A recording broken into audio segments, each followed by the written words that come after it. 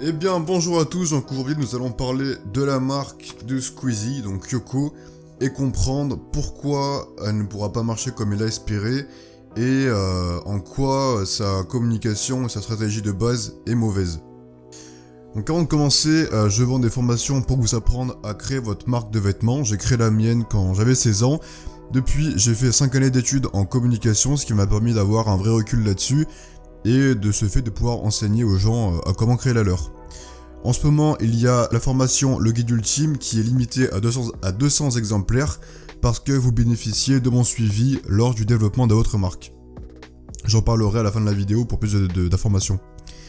Donc aujourd'hui au sommaire, nous avons la marque de Squeezie et sa stratégie, le problème qui est lié à une cause psychologique et enfin la stratégie qu'il aurait dû adopter pour que sa marque marche mieux ou tout simplement qu'il vende plus de vêtements.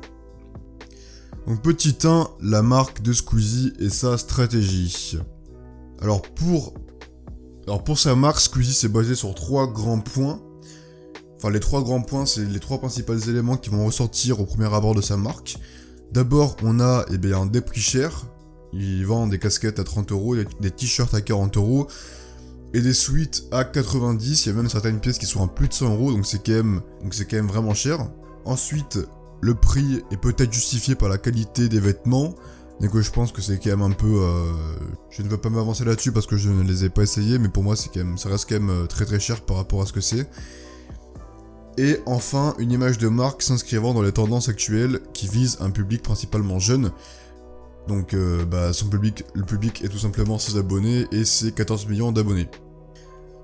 J'ai pas mal analysé l'image que Squeezie a voulu renvoyer et qu'est-ce qu'il a voulu transmettre, et au final je trouve que l'ambiance générale se rapproche vachement, pas au niveau du thème, mais au niveau de ce qu'il veut transmettre, des marques de streetwear qui sont actuellement auprès des jeunes.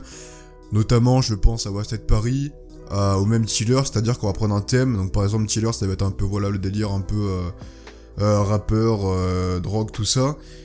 Wasted Paris ça va être un peu un univers un peu gothique, en même temps street. Et là, Squeezie nous donne une sorte d'univers qui mixe le Japon et le streetwear. Donc ça c'est pour son image de marque. Et donc le problème que Squeezie va rencontrer dans sa marque au final, c'est que il y a son image de marque qui est forcément associée à lui. Et ça, je n'ai pas l'impression qu'il l'a pris en compte, et de ce fait, en fait, il pourra faire tout ce qu'il voudra pour essayer de se créer une image de marque qui soit bonne. Enfin, quand j'entends bonne, j'entends qui réponde aux besoins des clients. La marque sera quand même principalement associée à son image à lui de youtubeur, et c'est là qu'on rencontre le gros problème, c'est que est-ce que les gens ont envie d'être associés à Squeezie ? Donc, la majorité des gens n'auront forcément pas spécialement envie d'être associés à un youtubeur, mais par contre, dans ses abonnés, il y a forcément des abonnés vraiment fans de lui ou qui ont envie tout simplement de porter ses habits parce qu'ils aiment renvoyer son image auprès de leur père. Mais voilà, ça reste quand même une infime partie des 14 millions et surtout qu'en plus c'est principalement des jeunes qui ont, comme j'ai dit tout à l'heure, enfin là ça va même encore être des plus jeunes je pense, qui vont probablement avoir entre 13 et 17 ans max, 17 ans, 18 ans grand max. Et donc on appelle ce phénomène le fait d'associer une image à quelqu'un d'autre, le principe d'association, c'est-à-dire que vous allez avoir un sujet donné, donc là en l'occurrence c'est sa marque de vêtements, et en fait, à partir du moment où vous allez communiquer auprès du logo ou du nom de marque ou de tout ce qui se rapproche à la marque, tous les éléments qui vont être associés vont être inconsciemment inscrits en fait. C'est-à-dire que voilà, Squeezie, dès que vous allez voir quelqu'un porter sa marque, automatiquement vous allez associer le logo et les vêtements à tout ce que vous avez pu voir auparavant auprès de ça. Donc de ce fait, vous allez avoir l'image de Squeezie en tête. Et maintenant, on va passer à la stratégie qu'il aurait dû adopter afin, tout simplement, de soit vendre plus de vêtements, soit de mieux répondre aux attentes de ses clients. Et donc, on va décortiquer ça avec plusieurs points. Donc, le premier point, c'est donc, comme j'ai dit tout à l'heure, le principe d'association. Donc, de ce fait, l'image de marque qu'elle a construite autour du Japon et du street n'est pas vraiment... en fait, il a un peu construit ça comme si l'image qui allait être perçue de la marque n'allait être que la publicité qu'il a faite, que ce qui allait être sur site, que les shootings, tout ça. Sauf qu'en fait, bien non, ça représente vraiment une infime partie de ce qu'il va renvoyer. Et la majeure partie de ce qu'il va renvoyer, ça va être tout simplement son image de youtubeur. Et après, le reste vient vraiment en second. Parce que les gens ont été habitués depuis plusieurs années à voir ses vidéos, tout ça. Donc, en fait, sa marque découle de cette image-là d'abord, et pas l'inverse. Donc, quand on parle de ce principe-là, eh bien, déjà, on peut se dire qu'il ne pourra vendre qu'à ses fans, parce qu'il y a vraiment une infime partie de ses abonnés qui, comme j'ai dit, a envie de représenter sa marque, n'ont pas envie d'être associé à l'image de Squeezie. C'est pas qu'il ne l'aime pas, c'est pas que c'est pas quelqu'un de bien, c'est simplement que, tout simplement, les gens n'ont pas forcément envie d'être associés à l'image d'un youtubeur. Donc comme j'ai dit tout à l'heure, voilà, on va tourner autour d'un public qui va être entre 10 et 16-17 ans, max.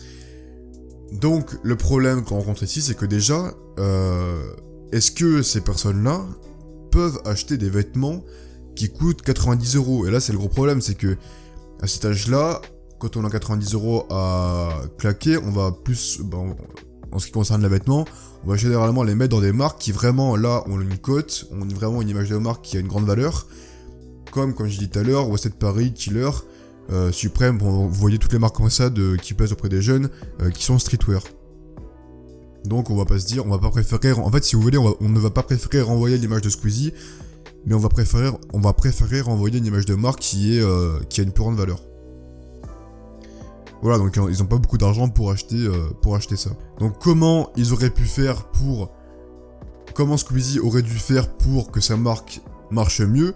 Et bien en fait c'est très très simple, c'est que tout simplement, lui le problème qu'il a eu, c'est qu'il s'est dit, je vais faire comme les marques de streetwear qui se font actuellement, je vais vendre des vêtements chers, de qualité, en créant une certaine ambiance autour de ma marque, donc en l'occurrence le Japon, et du coup ça a marché. Mais le problème c'est que non, parce qu'en fait lui il a pas pris en compte le fait que, eh bien son image de marque va avoir une influence primordiale, et en fait, moi si j'étais un de ses fans, ou si j'étais lui, j'aurais tout simplement mis des vêtements moins chers, parce qu'en fait quand on va acheter le vêtement d'un youtubeur, on va plus l'acheter pour se faire plaisir à soi, et pas vraiment pour l'image qu'on va renvoyer aux autres. On va plus faire ça pour faire plaisir au youtubeur ou parce qu'on l'aime.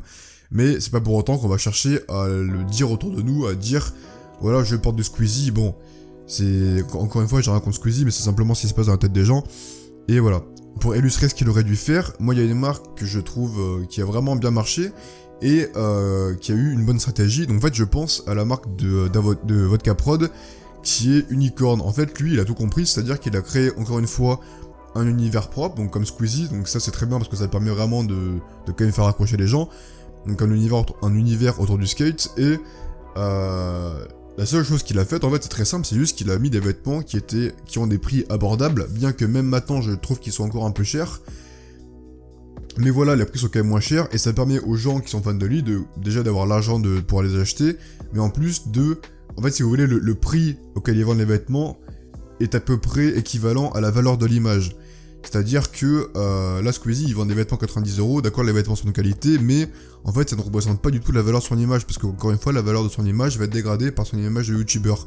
Donc, de ce fait, en fait, les vêtements de Squeezie, moi, si j'aurais été lui, j'aurais vendu les t-shirts à 15 € et les suites à 30, 40 max, parce qu'au-delà de ça, après, comme je vous dis, l'image est bien trop basse pour les vendre trop cher, en fait.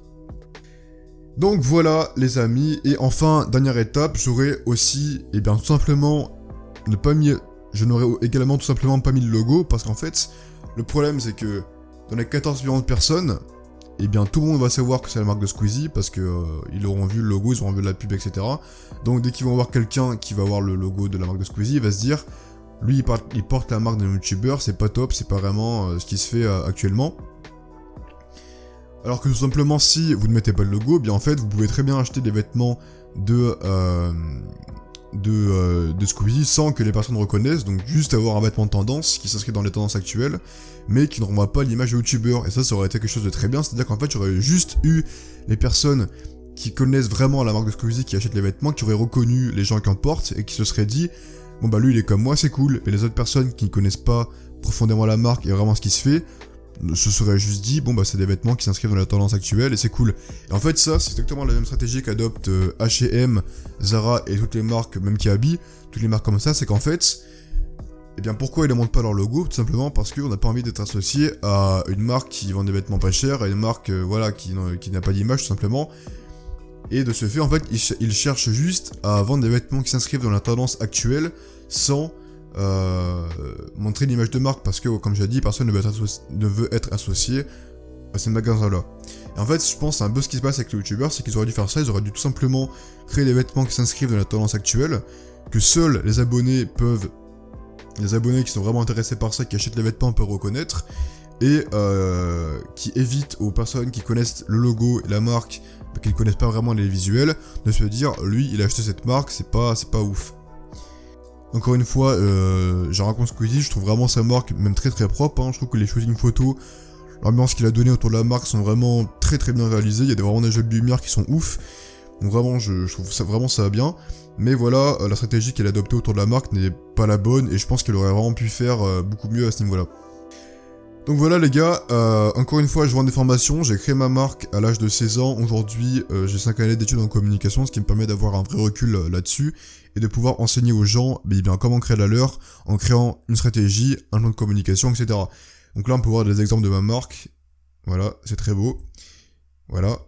Et donc je vends un premier guide, donc le premier guide c'est pour comprendre les rouages et la psychologie des clients.